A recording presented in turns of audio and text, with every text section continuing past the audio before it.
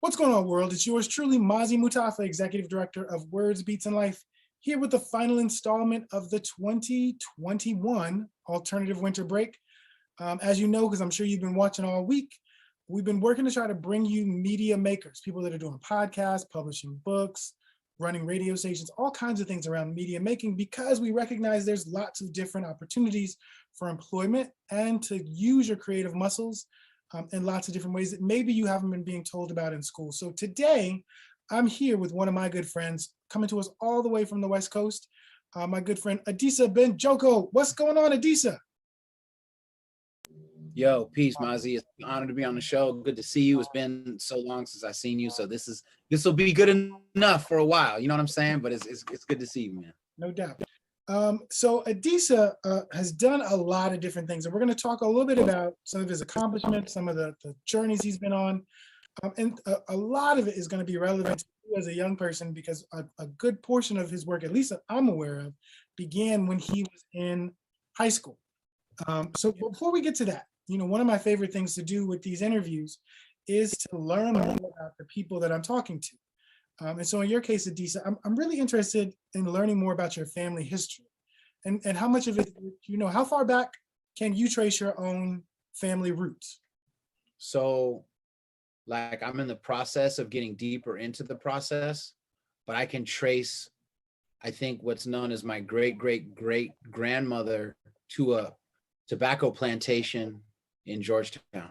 She was sold for $35 at the age of 8, and she had no parents. Wow. How did you begin to learn this history? So when the movie Roots came out, I was blown away by, you know, the whole, like, that Toby, what's your name, like, scene. And I actually decided at that age that I was going to change my name. I was like, what? Okay, name change. So ironically, when I came to my dad and I was like, yo, Pops, I'm changing my name. You know, a lot of dads would have been upset or laughed or whatever. And my dad was like, cool. So he took me to Marcus Bookstore in San Francisco, which is a legendary bookstore in San Francisco and Oakland. And we didn't purchase a book of names, but we looked at a book of names. Then we went to the library, and then we took a book of names. And I don't remember the name that I decided, but it was Nigerian. And so I started telling my friends, like, I'm changing my name, you know what I'm saying? And my friends were like, whatever, but we just gonna keep calling you Jason, you know what I'm saying? And I was like, hey, for real, we're gonna fight if you do that. And so, like, that was the whole thing. And then I literally, like, you know, to change your name, you gotta get your name changed on your social security card and all this stuff. But, you know, like any other 9-year-old, I got distracted by something else. After several months of, like, getting everything organized, I just kind of forgot. But what happened on my father's side of the family is they were like, for real though, let's start looking into our history. So my father and my uncles all started doing big, deep dives. Now, my father's family is from New Orleans and Baton Rouge, and my mother's side of the family is from Monroe, Louisiana, but they met out here. They met, you know, in the Bay Area as adults. And, you know, they were always doing it. But my uncle, Maurice, apparently made some great strides. And he's the one that was able to trace it back to an 8-year-old girl named Henrietta on a plantation who was sold, in DC, just outside of DC in Georgetown, at the age of 8 for $35. And she had no parents. And she was sold down south because she was on a tobacco plantation that had suffered some blight. And so the plantation owners weren't sure whether they're going to sell people or sell the land. They decided to sell 272 slaves down the river. To cut just out of curiosity, this isn't connected to the university, is it? Because I know just a few years back. Yeah, I'll be applying soon. Okay. You know what I'm saying? I just got to do my thing in Ancestry and get all the info from my uncle, and then we're going to be neighbors, homie. I look forward to it. Inshallah. Inshallah, we would definitely welcome you to around the way, and hopefully you decide to go and become Dr. Banjoko with your degree from Georgetown University. You know what I'm saying? I'm gonna ride this wave till the wheels fall all the way off. No doubt. They're gonna be sick of me up there, but Well, so in terms of, so this is the oldest ancestor that you are aware of, but in terms of personal experience, can you talk about the people who's the oldest elder that you've met from your family? yeah. Who's the oldest elder that you've met? Like Oh, your hold on. You know what? The signal just kind of got choppy. Can you hear me okay? I'm sorry. Okay. So the oldest ancestor I met was my great grandmother, from about the age of 9 until she died in, I think, 83. I would go down to New Orleans, and I don't remember the address of the house, but I remember that the streets were covered in little clamshells about as big as your pinky nail, just like the whole street. Like that was the street. When you would drive down the street, it was all like little baby like clam or oyster shells. And it was a nice house, though, you know what I mean? And we would hang out, and I remember she could barely see, so every time I would come in the room, she would scream like I was like Elvis or something. Like she would scream because she was just so happy to see me and to see my father, you know what I'm saying? But she passed when I was like 13. Both of my grandfathers were dead before I was born. They both died ironically around 48, I believe. And my grandfather on my father's side was actually the MC of a very famous jazz club called the Dew Drop In, DEW, the Dew Drop In with 2 N's. And the Dew Drop In was a huge club that had like Cab Calloway and, you know, a lot of the big stars of that time, which is insane because rapper Ray Love, who used to be in a group with Tupac, his grandfather is actually Cab Calloway. So our grandfathers were actually friends back in the day. And, you know, we both met out here. So that was weird. But, and so after World War II, my father's side of the family moved from Louisiana to the Bay. And then my grandfather, Robert Parker, was one of the first Black disc jockeys in the Bay, on a radio station that I actually don't remember the call letters for, but it was at the time the foundation of what became known as KDIA. So if you're in the Bay Area, KDIA was on AM radio, and it was the Black music station. And so my grandfather was the first DJ for what became KDIA. You know, one of my favorite things to ask people who come from creative families, usually I'm asking the artists. I usually ask, is there a difference in the way that children are raised by artists? So if you've got this lineage of people in music, how do you think that impacted you as a young person? Well, you know, it's interesting. Well, he died when my father was like 17. He died at the radio station. He had a heart attack on Christmas Day. And I think it's interesting because my father and all of his brothers were all very financially successful men. But I think that that's because of the way that they struggled after he passed. They didn't want, you know, the way that my grandmother had to struggle. I don't think that they wanted it. Like, it's weird. Like, on one hand, if you talk to my father or any of his brothers, they're all big into jazz history, you know, funk history, soul history. And some of them play instruments, but they all kind of seem to have like an emotional barrier to creative paths as an actual pursuit, because I think they felt that, you know, if anything went wrong, it would be too much of a struggle to try to maintain a family. So they're all like very college, traditional gigs, no nothing. You know what I mean? Like, creative stuff is just to play with. It's not an actual pursuit. And so when I was born, that kind of threw because everybody's like, no, straight and narrow. We don't, but I'm about to start rapping straight and narrow. But hey, this is my friend Easy E, straight and narrow. Hey, I'm going to see Tupac. And so it was like, what? Like, I think that I kind of messed them up that way. But what was interesting is all of their children ended up being largely creative souls. And that's been like this push-pull thing, I think, generationally. I'm so glad that you took it in this direction, because my next question for you is, do you do you remember what's your earliest memory of doing something creative? You can decide what the art form is, but your earliest memory of doing something creative.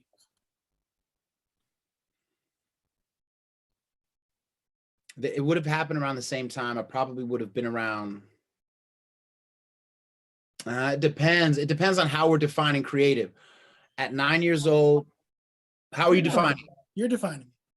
So what I'm going to say is at 9 years old, I remember, this is 1979. My father comes home with this contraption called a VHS machine, which had video home things. And there were two movies in the house. The first movie was Alien. The second movie was Return of the Dragon, Bruce Lee. I'd never seen anyone really fight at all.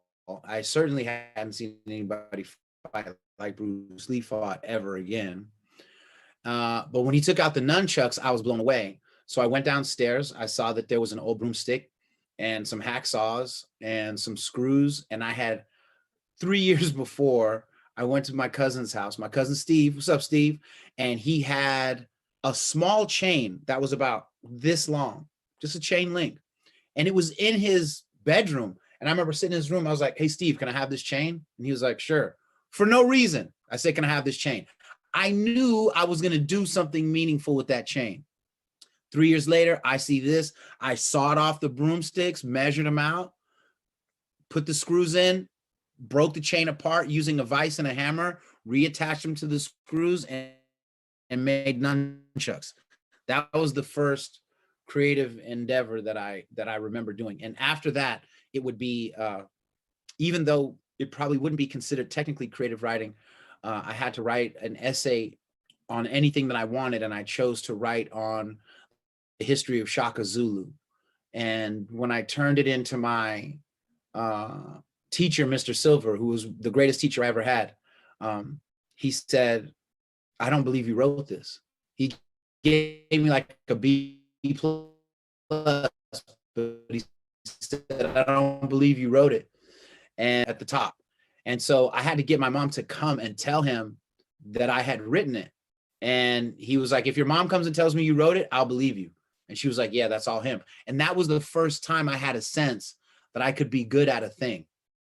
That was the first time I was like, if he thinks, most people probably would have been upset, but I was like, if he thinks that I didn't write it, that means I'm great. I'm a writer. You know what I'm saying? So I never stopped. I love knowing that these two things, your love of martial arts and your love of writing, started at such a young age. And more importantly, that you had adults in your life who encouraged you to pursue both. Yeah. So as a result of this teacher not believing you, what did you decide to do with writing? I just knew that I'd never stop. You know, I wasn't sure what I could do. I just knew that I would never stop. And as it happened, no matter what happened in my future, I always wrote about it. So I fall into hip hop. I become one of the first West Coast journalists, you know what I mean? Covering hip hop, interviewing Eazy-E at the age of 17 when the record's not even a hit yet. It had just dropped. And I just happened to buy it literally the day it came out. And then I called the record label because I was failing in every grade as a junior at Oceana High School. And my counselor was like, you're failing everything. I'm putting you in the journalism team because it's the only thing you have a good grade in. It's the only thing you have an A. Everything else is D's and F's. Now, the truth was I was drinking Brass Monkey in school. So, that's going to affect your grade point average a lot. And so I was like, Oceana, as you can imagine, is near the ocean. It was a stereotypical West Coast beach high school. Okay. We were two blocks from the beach. It was 87, 86, it was an open enrollment high school. So we had a lot of hood kids mixed with a lot of suburban kids, which gave rise to a lot of mayhem. Good mayhem for me, but mayhem nonetheless. And, I developed a drinking problem because I had low self-esteem. I didn't really know what the hell I was doing with my life, but I did know that I wanted to interview Eazy. I didn't believe when Mr. King, my counselor, rest in peace, who just recently passed away a couple years ago, when he said, I think you could be a good journalist, I was like, I don't want to be a journalist. Again, I was dealing with the drinking and stuff. He didn't know that though. And so I said, we had a swim team, a basketball team, a hoop team, and a devastating wrestling team. And I didn't want to write about any of that. And he was like, well, what do you want to write about? I was like, I want to write about hip hop. He was like, okay, fine, go write about hip hop. Just go write. So I went home, I picked up the record, and it had said, the number for Ruthless was in there. And then I called it and I was like, hey, what's up? Yeah, I'm a big time writer from the Bay Area, and I think this record's great. I would love to talk to Easy. Please have him call me at this number. And I left. I went and played basketball. And then when I came home, my mom was like, there was a boy named Easy. No, she said Eric. A boy named Eric called and left a message for you. And I was like, what? And then it was like a 323-310, whatever. I knew it was LA. You know what I'm saying? I was like, oh. So then I picked up the number and I called, and he was like, hello. It was his home number. This dude left his home number for a 17-year-old boy. And so I was like, hey, yeah, I love the record. I'd love to interview you if you're okay with it. And he was like, yeah, I'd love to. Yeah, sure. And so my mom was a legal secretary who had all this stuff to like take dictation and record stuff. So then I recorded the conversation, and that became the first article ever on Eazy-E, arguably, and NWA. So out of curiosity, you said, so I'm glad you said at the end, Eazy's part of NWA, because some of the people watching are young people who might not even know who Eazy-E is. So being able to put that in the context, they've probably heard of NWA. Right. So Mr. King, can we back up? So, because I feel like you said that, can you correct me, that paper that you wrote that they didn't think was yours, was that when you were 13? That was 13. So now I'm 17. So yeah, right. When I'm 13, Mr. Silver says, I don't think you wrote this. So then 4 years later, Mr. King is like, you only get good grades in English, you're failing everything else, you should be a writer. And so that was the first time anybody that was an adult at least saw me as something. So you mean, this is why I wanted to ask this clarifying. So you mean from 13, when you're accused of plagiarism, you don't get to really use that skill until you're 17 years old? There's no adult in these English classes that says, this you're a great writer. You should, no one until you're 17? The only, in the 8th grade, I had a teacher named Miss Litwin, and Miss Litwin wrote that she thought I could be an attorney. And she was like, because you argue well and you understand how to, but I didn't even know what that meant. That sounded boring as hell to me at the time. But, I knew I could kind of speak well, and I knew I could write. You know what I'm saying? Like, but even with Miss Litwin, I disregarded that like highly. It was all about writing to me. I'm curious because you talked about the influence of Enter the Dragon. You talked about writing about Shaka Zulu. Are there any other seminal books or films that you're watching, absorbing, being developed by during this period? Let's say even before 14, but like from the nunchucks to NWA, are there other books or films that you're watching that are helping develop your consciousness? Well, yes, but they all came from my parents, despite being coming from a very suburban household. My father's from Magnolia Projects, you know what I'm saying? And my mother's from Monroe, which is, I've never been there, but I understand it's a lot smaller and a lot more rural. 1979 is a weird year for me because that's also when the tomb of King Tut is brought to North America for the first time. And so my father, who worked in management at United Airlines as a mechanic, first as a mechanic, he took me to see King Tut's tomb when it visited San Francisco. And then when it went to New Orleans, we got on a plane and flew out and saw it again. Okay. And so while I'm out there, one of the authors who wrote about King Tut was having a book signing, and I got a book and had it signed by the author. And I read about Roger Williams Christian Academy, and I'm reading about Akhenaten. So I'm like, so Moses wasn't the first monotheist. It's this guy, Akhenaten, right? and the teachers are like, Jesus, Moses, right? Like, come on, man, like I'm messing it up. So these kinds of books were very frequent in my home. You know, again, Marcus Bookstore was I mean, they enlightened the whole Bay Area, you know what I mean, from the 60s. And the one I'm not sure the one in San Francisco is still open, but I know the Oakland one is still open. And so I had a lot of books like that coming into my life. I remember my father got me this weird, like, because he was worried that being so suburban, I was going to be way too white for the world, you know.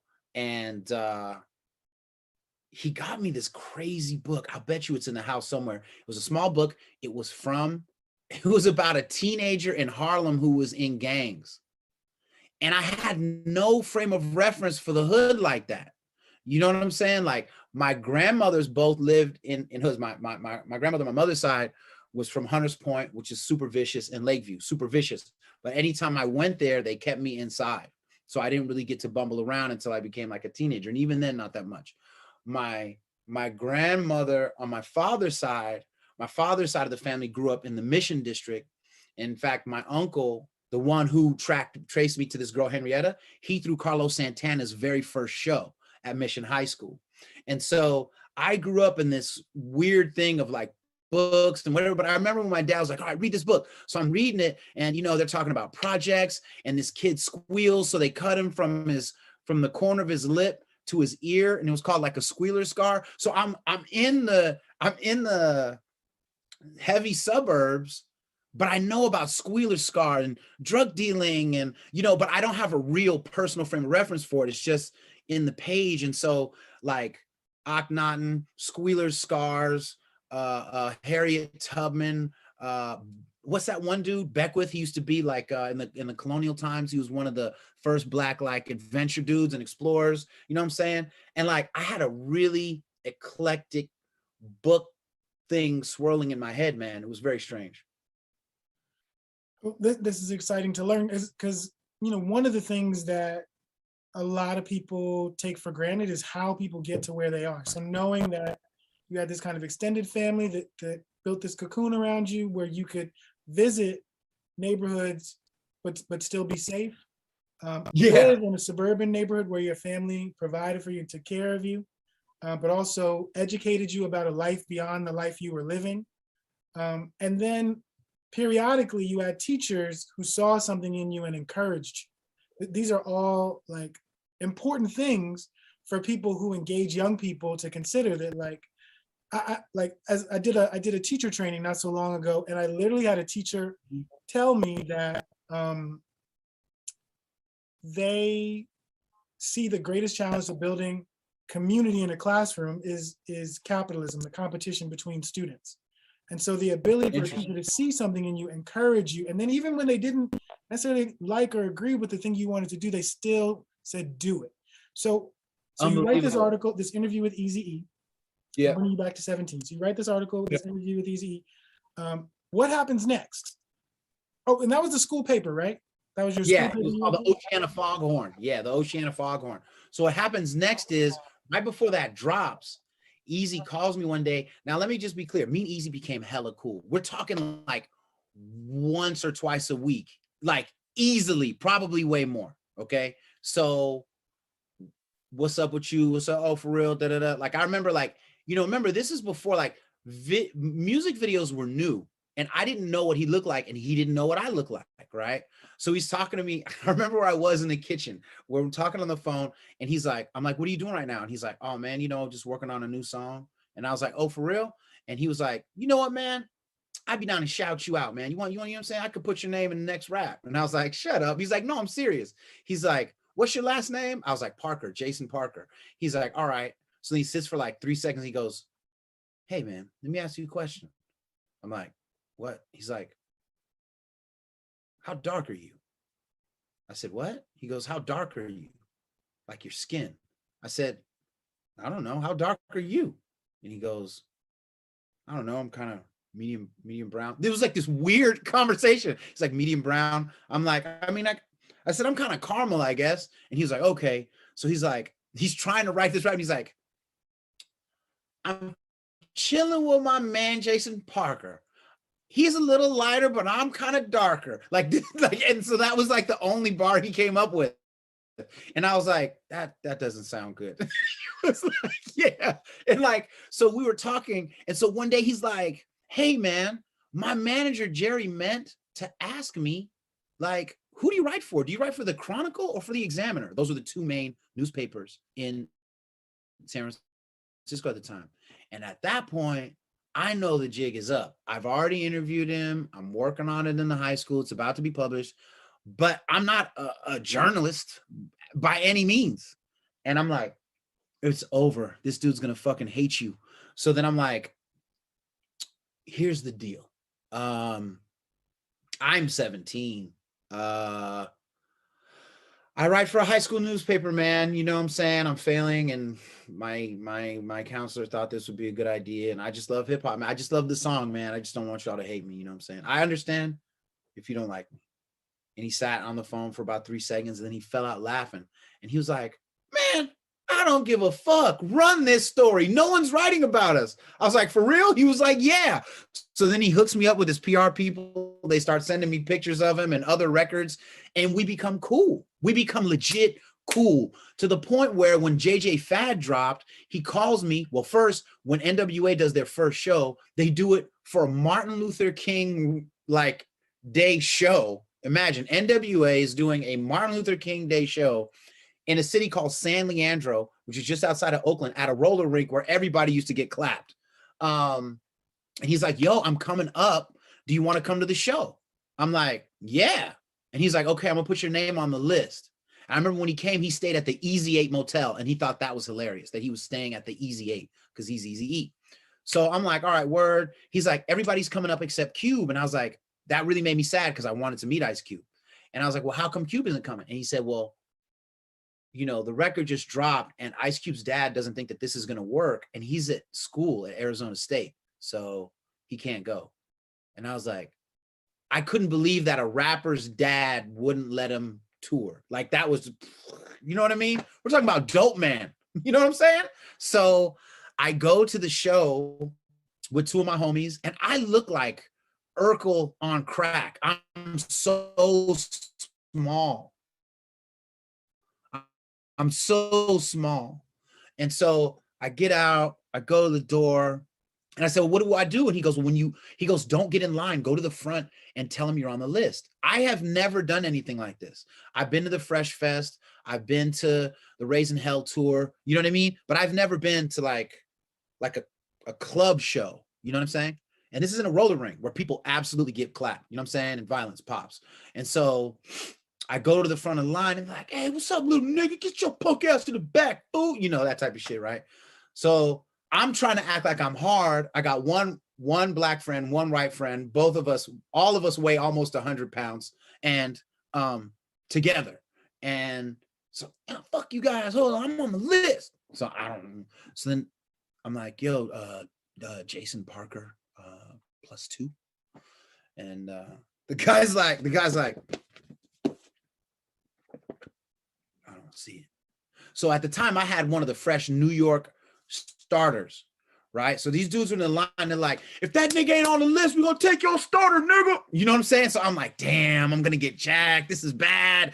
And so he's like, I don't see, and I'm like, that's me. That's me. And he's like, that's you? I'm like, that's you. And they're like, is he on the list? And the guy's like, on the list. And everyone's like, oh, I'm like, fuck you guys. I'm going in, boy, NWA. So we go into the back, and I still had never seen Easy for real. He's in the back. He's got a black bubble goose on with a stopwatch, Jerry curl hat.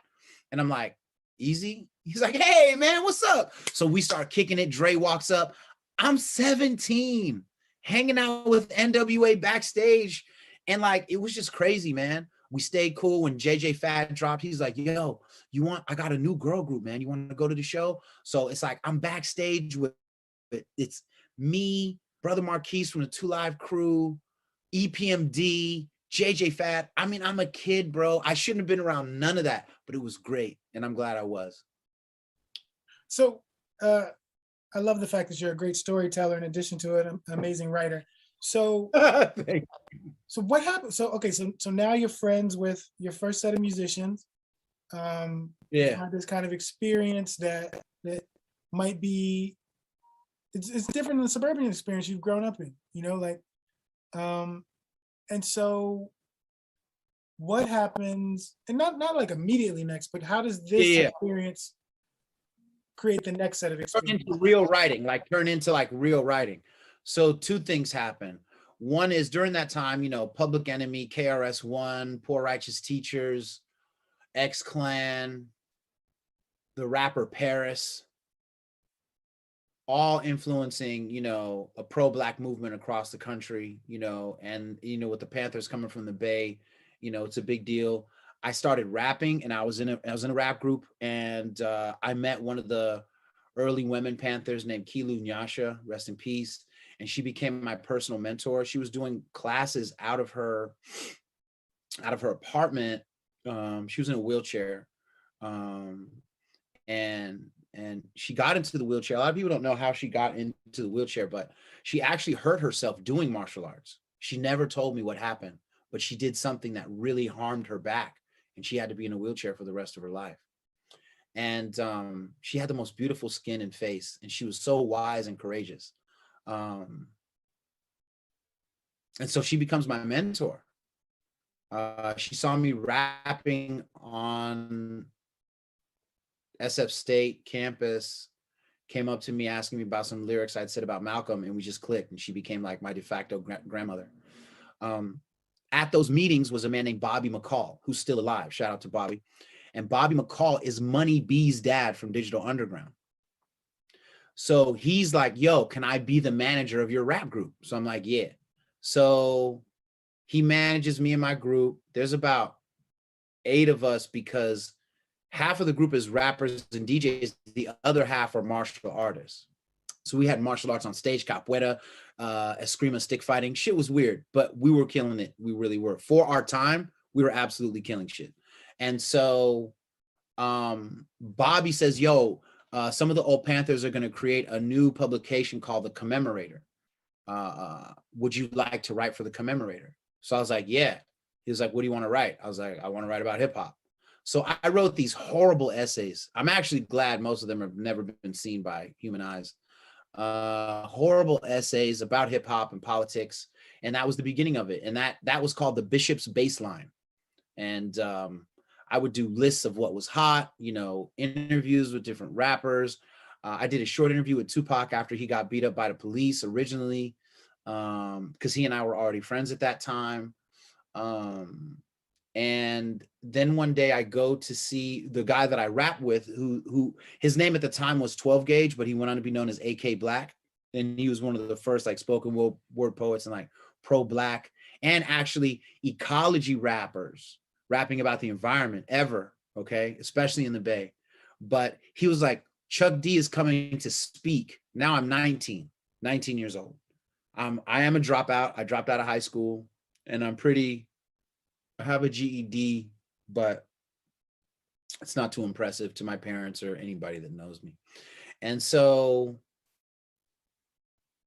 I go to the talk with Chuck D, and it's packed. I mean, Public Enemy was already killing it, you know what I mean? And my boy nudges me and he goes, when everybody walks out, stay put. We're going to be able to talk to Chuck by ourselves. Just don't leave. I was like, word? He's like, yeah. So everybody walks out. I mean, the place was packed. It was an unbelievable talk. They all leave. We sit there, all the doors shut, and then Chuck comes back out. And there's like a crowd of about 30 people. And that's when I meet Chuck D. And in that conversation, I asked him something about, I think it had to do with Malcolm X. And we became cool. And I've been friends with Chuck to this day. And while I'm standing there, there's a guy in front of me with this big bag. And he's got these magazines folded up. And look at that. Spike Lee, huh? Look at that, huh? Old school Esquire. And it was The Source. And The Source I had only seen at Dan the Automator's house. Dan the Automator is a big producer in hip hop, especially for Dell and Hieroglyphics and other stuff. But I never had a copy of The Source. I said, hey, what can can I have one of those? And he was like, I can't give you one. I was like, well, how do you have them? And he's like, it's a black dude. He's like, well, I write for this newspaper. I write for this magazine. And I said, well, what's your name? He said, my name is James Bernard. James Bernard is one of the quiet founders of The Source. He went to Harvard with Schechter and all those dudes and, helped create The Source. So he ends up becoming the West Coast editor for The Source. And he's the first one to give me a shot to write. And then I started writing for The Source. And then I met Sheena Lester at a hip hop conference at UC Berkeley. And she was the editor-in-chief she wrote for the Sentinel, which was a major black newspaper in LA, but she also was the editor-in-chief of Rap Pages. And because I was an actual rapper, I knew rappers because we did shows and stuff together. So I knew hieroglyphics before they were hieroglyphics. I knew a lot of artists as friends and, fellow artists. And so I was able to kind of, in a very creative and consistent way, play both sides of the coin, where I was doing profiles on artists and I was, in the studio. Like, I got songs with Dell that I could play for you that were unfinished that we did in 93. Songs with A+, songs with Pep Love, songs with Boots from the Coup. One of the songs that me and Boots did, because my boy stabbed this guy and the album never came out, he ended up using that verse for like another album and everybody loved it. But then when I played it, they're like, oh, that's the same verse. But I was like, I know, but it was mine first. You know what I'm saying? Like, it was crazy. Yeah. So this is all when by the time you're 19. 19. Yeah. So from 19 to, so that would have been 89 to 93 is where I just took you. From 1989 to 1993. Out of curiosity, what happened from the time that you were writing those other essays and articles that you were like, those are trash, to getting into The Source? What happened from a developmental point of view where your writing improved so much that it was to be included in what is now the Hip Hop Bible? I am so glad you asked that question, because now I get to share something that changed my life. So I read, after getting my GED, disappointing my entire family and being the shame of the whole fam for many years, I read the autobiography of Malcolm X while in a trade school for electronics. That book changed my whole life. Now I'm going back to the books, the Tutankhamun books, and I'm going back to write, but I'm also loving books so much that I'm selling my records at like record stores so I can go to Marcus Books and buy books that I want. So I'm buying Notes for an African World Revolution by John Henrik Clarke, almost anything that I can get from Dr. Ben. I'm going to see them, right? Like, I'm selling records so I can get money for tickets to go see them, right? To the point where, like, I actually tracked, this is a crazy situation. Hold on, I need to rewind. So I'm at James Bernard's house. He gives me a book by CLR James. I don't remember which one it is, but it's really fat. And he's like, you need to read this. And I'm like, why do I need to read this? And he said, because you want to be a good writer. He goes, and every good writer has to be a good reader. Everyone, you have to read everything. You have to read what you're right. You have to read. And my father just told me that like a few years before. He's like, you have to read everything. That's the only way you're going to be a good writer. So I was like, okay. So I'm going through books, dog. Okay. I'm going through books. I'm emptying my pockets for books. And I'm sitting down and reading. There was like a 3-year span from like 89 to 93. I read like it was my job for real. I would literally get up, open a book, get some tea, and I would read for like 4 hours, take a lunch, and then read again for 4 hours. That was like how I really was. And then I would let that go and I'd start writing raps, or, okay, we're going to work on the show or whatever. You know what I mean? So my ability to write, I'm not a classically trained anything. The only thing I'm classically trained in is Brazilian Jiu-Jitsu. I have never taken I took a course called Black Psychology in 89, but I didn't finish it. No, I did. I got an A+ in that. But every other class that I started to take, I quit. I started learning Japanese in 93, 95, and I spoke it as a wire transfer operator for Smith Barney. But when I left Smith Barney, I lost the skill. Um, and I have a paralegal certificate, but I don't have any academic background at all. At all. And I don't say that with any pride. I just didn't believe that I could be Keep going. academically strong. It's the only way I can describe. I didn't have the self-esteem to I didn't think I could get through college. So I didn't try. I just outread other people to compete.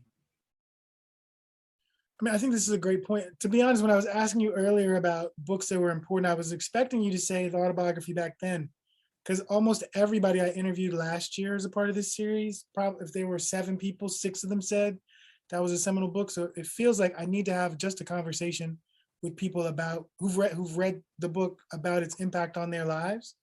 And I think the reason why it's important to me is because in Washington, D.C., it's required reading for 11th graders. And That's if you're in beautiful. the 11th grade in Washington, D.C., you must read the autobiography of Malcolm X That's as beautiful. required reading. You know, and it's crazy because here's something I'll teach you. Now, this is deep, man. And this is something that I didn't recognize until later about my life. Okay. Now, you talk to most brothers, especially Muslim, and I am Muslim, you know what I'm saying? So I'm like in West Coast, you know, we do. But what I'm saying is most people be like, yo, I didn't know about Malcolm X until Public Enemy, you know, too black, too strong, right? Everybody's got that story except me. My father was raised as a Catholic. My mother was raised as a Baptist, but they were like, I didn't grow up in like an actual traditional Christian household at all. They were kind of like whatevs. Okay. I went to the Christian school because I was getting into racist fights at the school down the street from where I grew up. So they put me in this Christian school. They was still racist. I was still knocking motherfuckers out, and it was a problem. But what my dad would do, instead of taking me to church sometimes, we would eat. My mom would be crashed out of sleep. My dad would get up. He'd make us bacon and eggs. And then when he got ready to clean the dishes, he would sit me down, 8, 9 years old, by the speaker, and he would play Ballots or Bullets or Message to the Grassroots. And he would say, just sit and listen. And he would be doing, and he washing, he'd be like, freedom for everybody or freedom for nobody. Da-da-da. And I'm just like, what's Islam? Who's Elijah Muhammad? I don't know none of this. Sit and listen. So fast forward, right? Oh, and when I was 9 years old, again, 79 is a crazy year.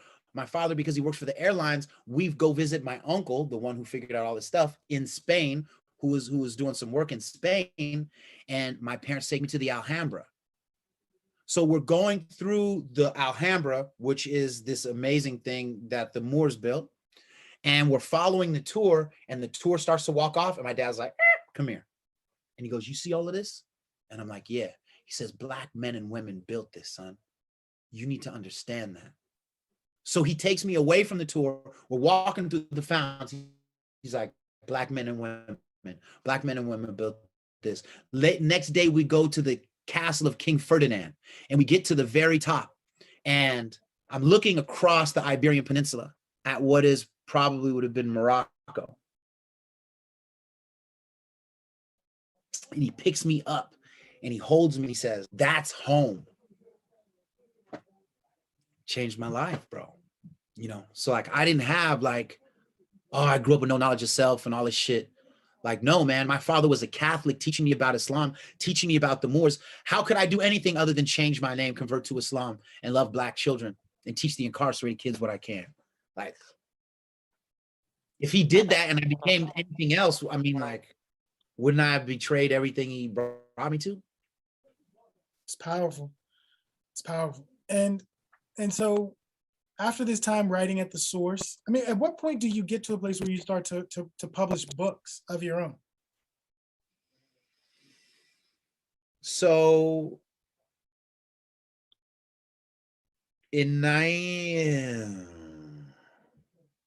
around 2000, somebody I don't remember tells me they have a friend named Kyle who's working on a book about hip hop, but he can't really write and he wants a partner. So I'm like, cool. He comes down with his friend. His friend's name is Vlad, who's a DJ.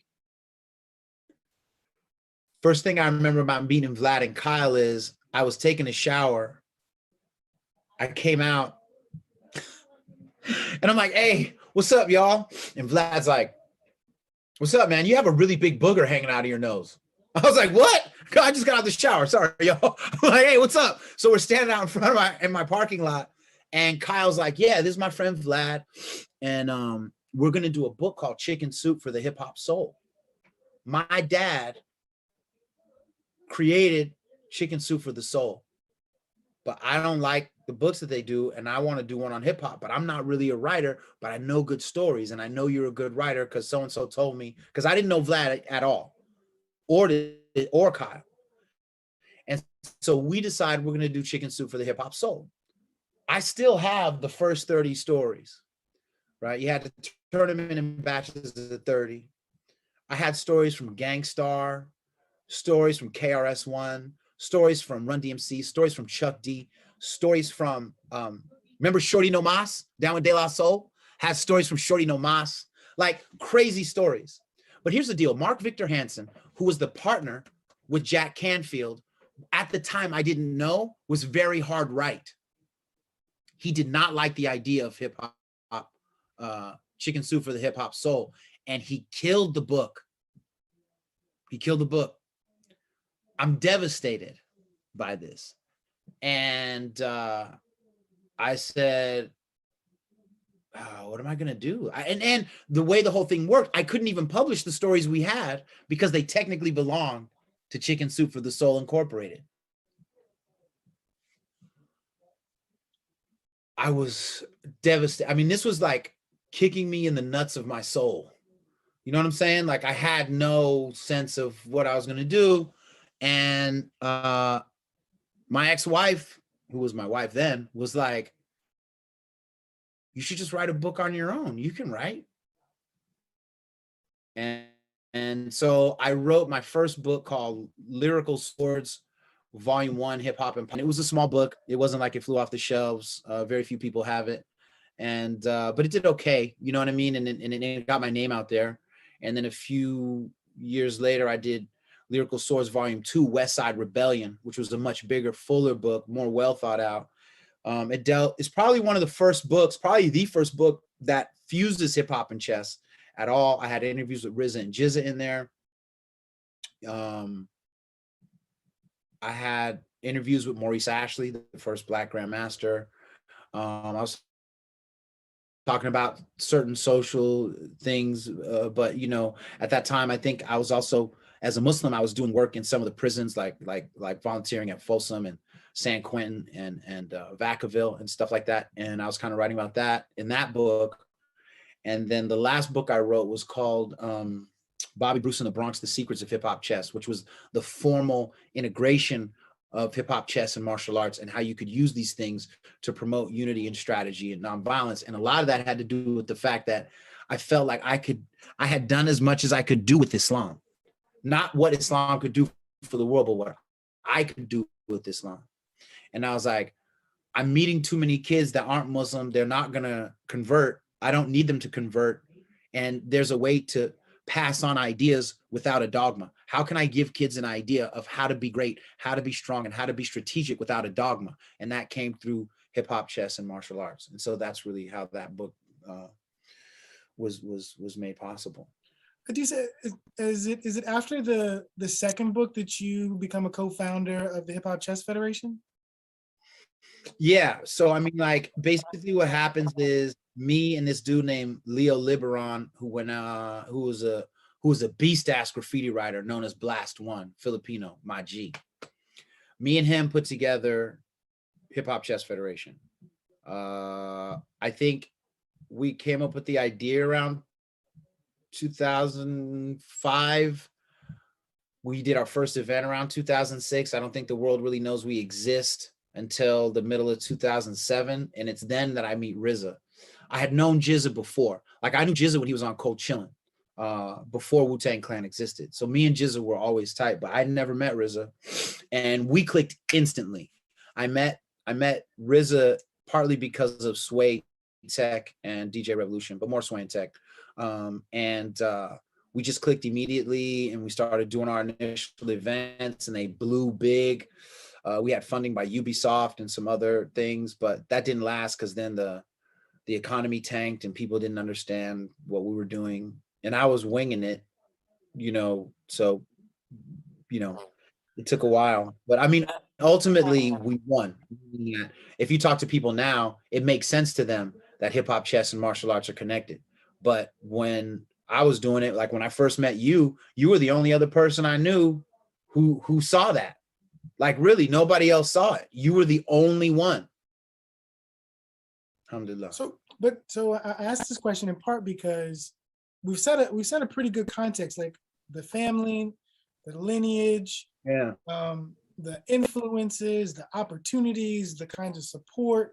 Then you move into kind of institution building, and then the next step becomes for you to start working with larger institutions. You've curated 2 shows with major museums, and I think that's important, especially because of where you, maybe towards the middle of this, you talked about being a high school dropout who got a GED, but that didn't mean your life was over. It really just meant that you had to work your plan different than if you had been in an institution. So now you move into working with these kind of museums. So can we talk a little bit about the museum work, and then maybe as we get ready to wrap up, how maybe that leads to the media production around the podcast?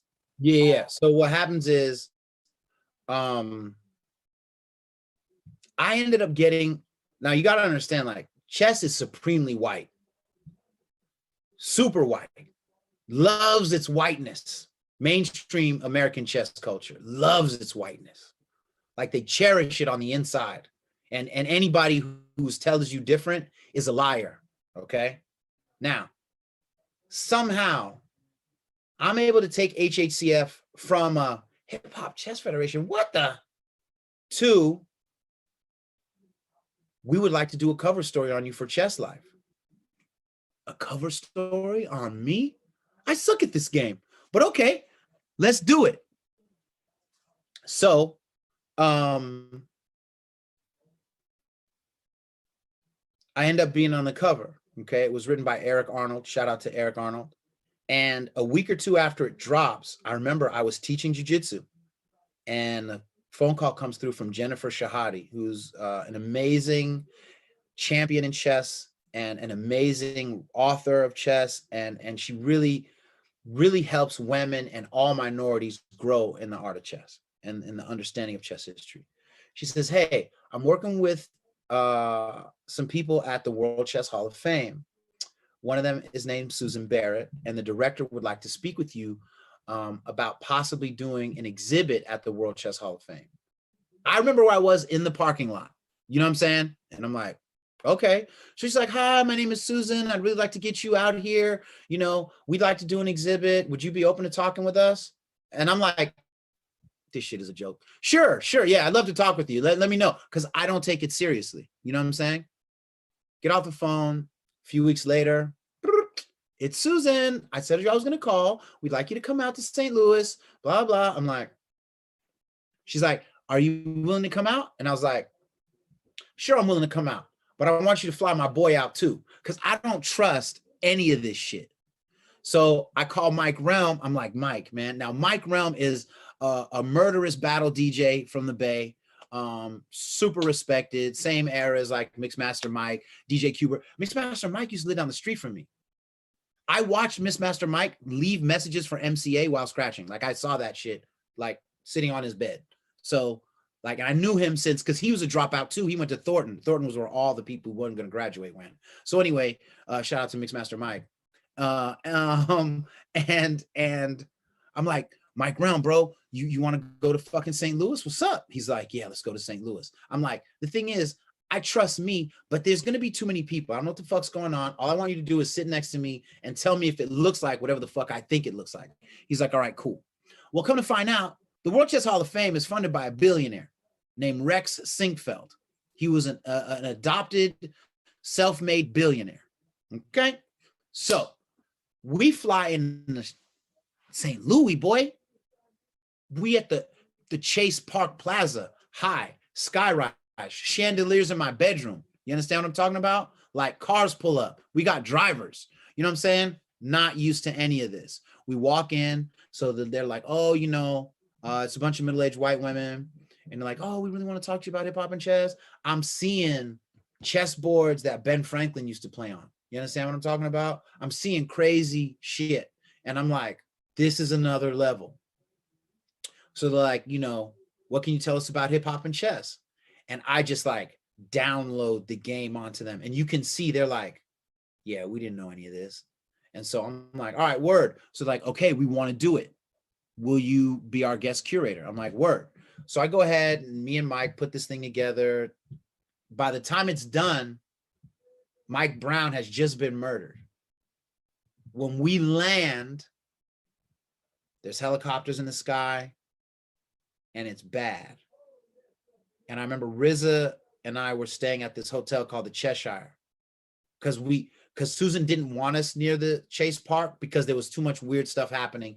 And we were at the Cheshire and it was a storm that night, like a big old school Midwest thunderstorm, the scary kind.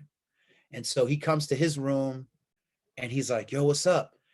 Now, the night before the show opens, another black man gets murdered named Vonderrit Myers. He never gets his name said. He gets killed by an off-duty cop. Now the city's double ready to set it. And it's been kind of popping off. And there's rumors like they may kill the show because people are afraid that rioters are going to come bust up the event. And RZA's like, what do you want to do? And I was like, we're going to do what we always do. Talk about hip hop, chess, and martial arts and pushing towards nonviolence. We spoke to about 800 kids that day. Most of them were on the outs, but then we went to the juvenile hall and it was crazy. And that event led to, that was 2014, 2018. We did Respect, Hip Hop, Style, and Wisdom. That was me, Susan, who ended up leaving the World Chess Hall of Fame. And Mike came together, rocked out with Eric Arnold and some other people. Chuck D's first artwork in a museum was at Respect, Hip Hop, Style, and Wisdom, right? So things come full circle, right? And so now I'm curating stuff, you know what I mean? But it's just a weird journey, man. I'm just grateful for all of it. But, I guess if I had to say anything to the young people, it's that trust yourself, trust your skills. And if you're going to go after something, go all the way after it. Because I think I spent too much of my younger life having fun and enjoying everything, but not really understanding systems, definitely not understanding how money was made, and definitely not understanding how to maximize my skill sets. And I would say, make sure that you do that, because if you won't, someone else will, to their benefit. Last question, because you didn't answer this, about the thing you're working on right now is the podcast. You talked about being well-spoken and having that be recognized as a young person. Let's talk about the podcast and then tell people how they can hear it.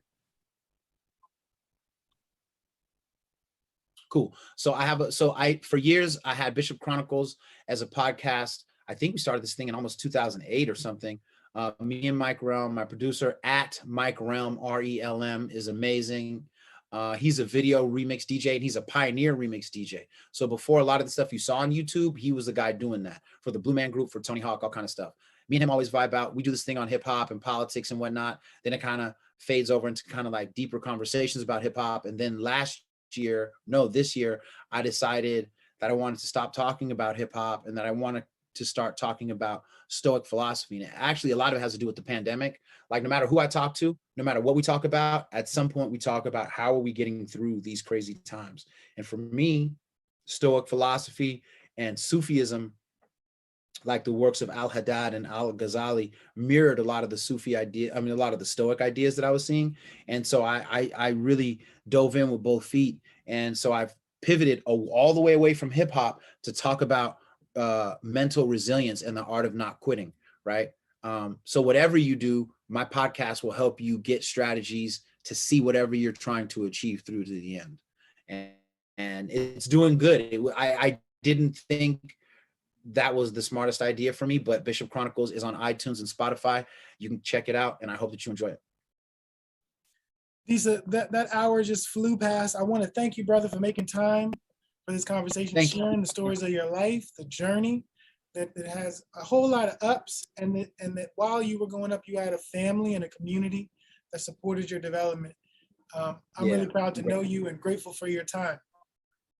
I'm grateful for you, man. You know what I'm saying? Like, to be honest, man, like, you know, when we first met and we're both doing hip hop chess related stuff back in the day, and to be really good friends right now, still doing it, still contributing on local and national levels, it's mind-blowing stuff. And I'm really honored to know you. And I'm glad that, you know, as crazy as life got individually and collectively, that, you know, we found a way to stay cool, stay in touch, and support each other, because it's been very meaningful to me to have you as a friend and a supporter, for real. Give thanks. All right, everybody. This is the final installment of the alternative winter break. That guy I just spent an hour talking to is Adisa Banjoko, also known as the Bishop of Hip Hop. Check him out. Check out his podcast, Bishop Chronicles, as he said, on multiple streaming platforms. Please share this with anybody who you feel like needs this information, this inspiration. You about to say something, Adisa, before we wrap?